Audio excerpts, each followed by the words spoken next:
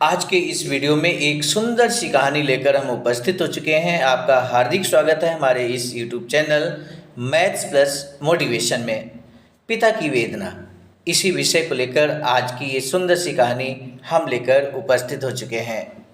मेरे पिता अब बूढ़े हो चुके थे और चलते समय दीवार का सहारा लिया करते थे। धीरे धीरे दीवारों पर उनकी उंगलियों के निशान उभरने लगे।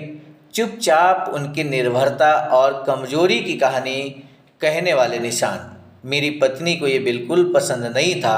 वह अक्सर शिकायत करती कि दीवारें गंदी हो रही हैं। एक दिन पिताजी को सिर दर्द था। उन्होंने सिर पर तेल लगाया और चलते हुए दीवार को सहारा दिया, जिसे तेल के दाग भी दीवारों पर लग गए। इस पर पत्नी ने मुझसे नाराज़गी जताई। मैंने गुस्से में पिताजी को डांट दिया, कठोर शब्दों में कहा कि वो दीवार को न छुए। पिताजी चुप हो गए। उनकी आंखों में दर्द था। मैं भी शर्मिंदा था, पर कुछ कह नहीं पाया। उस दिन के बाद पिताजी ने दीवार का सहारा लेना छोड़ दिया। एक दिन संतुलन बिगड़ने से वो गिर गए। कूल्हे की हड्डी टूट गई। सर्जरी हुई, लेकिन शरीर ने साथ नहीं दिया और कुछ ही दिनों में वो हमें छोड़कर चले गए। मेरे दिल में गहरा पछतावा था। मैं उनकी वो नज़रें कभी नहीं भूल पाया, ना ही खुद को माफ़ कर पाया। कुछ समय बाद हमने घर पेंट करवाने का सोचा। पेंटर आए तो मेरा बेटा, जो अपने दादाजी से बहुत प्यार करता था, दीवार के उन हिस्सों को पेंट नहीं करने देना चाहता था जहां दादाजी के निशान थे। पेंटर बहुत समझदार था और रचनात्मक था। उन्होंने आश्वासन दिया कि वे उन निशानों को नहीं मिटाएंगे, बल्कि उनके चारों ओर सुंदर गोल डिजाइन बना देंगे ताकि वे दीवार की सजावट का हिस्सा बन जाएं। और ऐसा ही हुआ।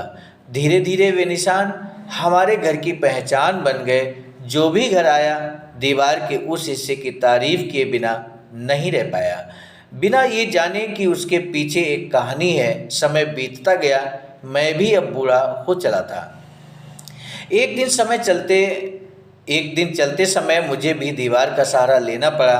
तभी मुझे याद आया कि मैंने पिताजी से क्या कहा था, और मैंने खुद को बिना सहारे चलाने की कोशिश की। मेरा बेटा ये देख रहा था। वो तुरंत मेरे पास आया और बोला, पापा, दीवार का सहारा लीजिए, आप गिर सकते हैं। और फिर मेरी पोती दौड़ कर आई और बोली, दादू, आप मेरे कंधे का सहारा लीजिए। मेरी आंखों से आंसू बहने लगे। काश मैंने भी अपने पिताजी के लिए यही किया होता। शायद वो कुछ और समय हमारे साथ रहते। उन्होंने मुझे सोफे पर बिठाया। फिर मेरी पोती अपनी ड्राइंग बुक ले आई। उसने मुझे दिखाया। उसकी टीचर ने उसकी पेंटिंग की बहुत तारीफ की थी। उस तस्वीर में वही दीवार थी जिस पर दादाजी के उंगलियों के निशान थे। नीचे टिप्पणी थी, हम चाहते हैं कि हर बच्चा अपने बड़ों से ऐसे ही प्यार करे। मैं अपने कमरे में गया, पिताजी से माफ़ी मांगी और बहुत रोया। एक दिन हम सब भी बूढ़े होंगे। अगर अभी आपके घर में बुजुर्ग हैं तो उनका ध्यान रखिए, उन्हें प्यार दीजिए, आदर दीजिए और अपने बच्चों को यही सबक अपने व्यवहार से सिखाइए। ये कहानी मेरे दिल की गहराई से छू गई।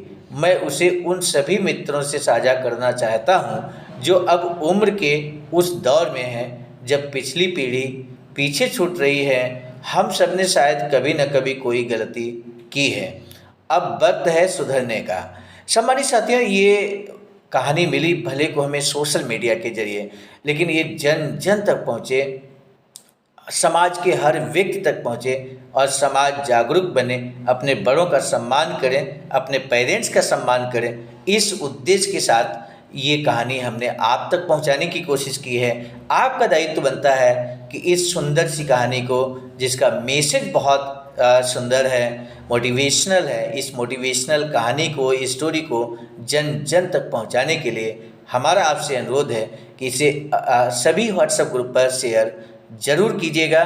चलते फिरते भी कोई भी वीडियो को आसानी से सुन सकता है और मोटिवेशन ले सकता है। तो आइए इस कहानी को हम सब मिलकर शेयर करते हैं और जन जन तक पहुंचाते हैं।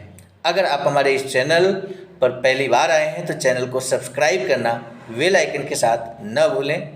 आप सभी का दिन शुभ हो। बहुत बहुत धन्यवाद, बहुत बहुत आभार।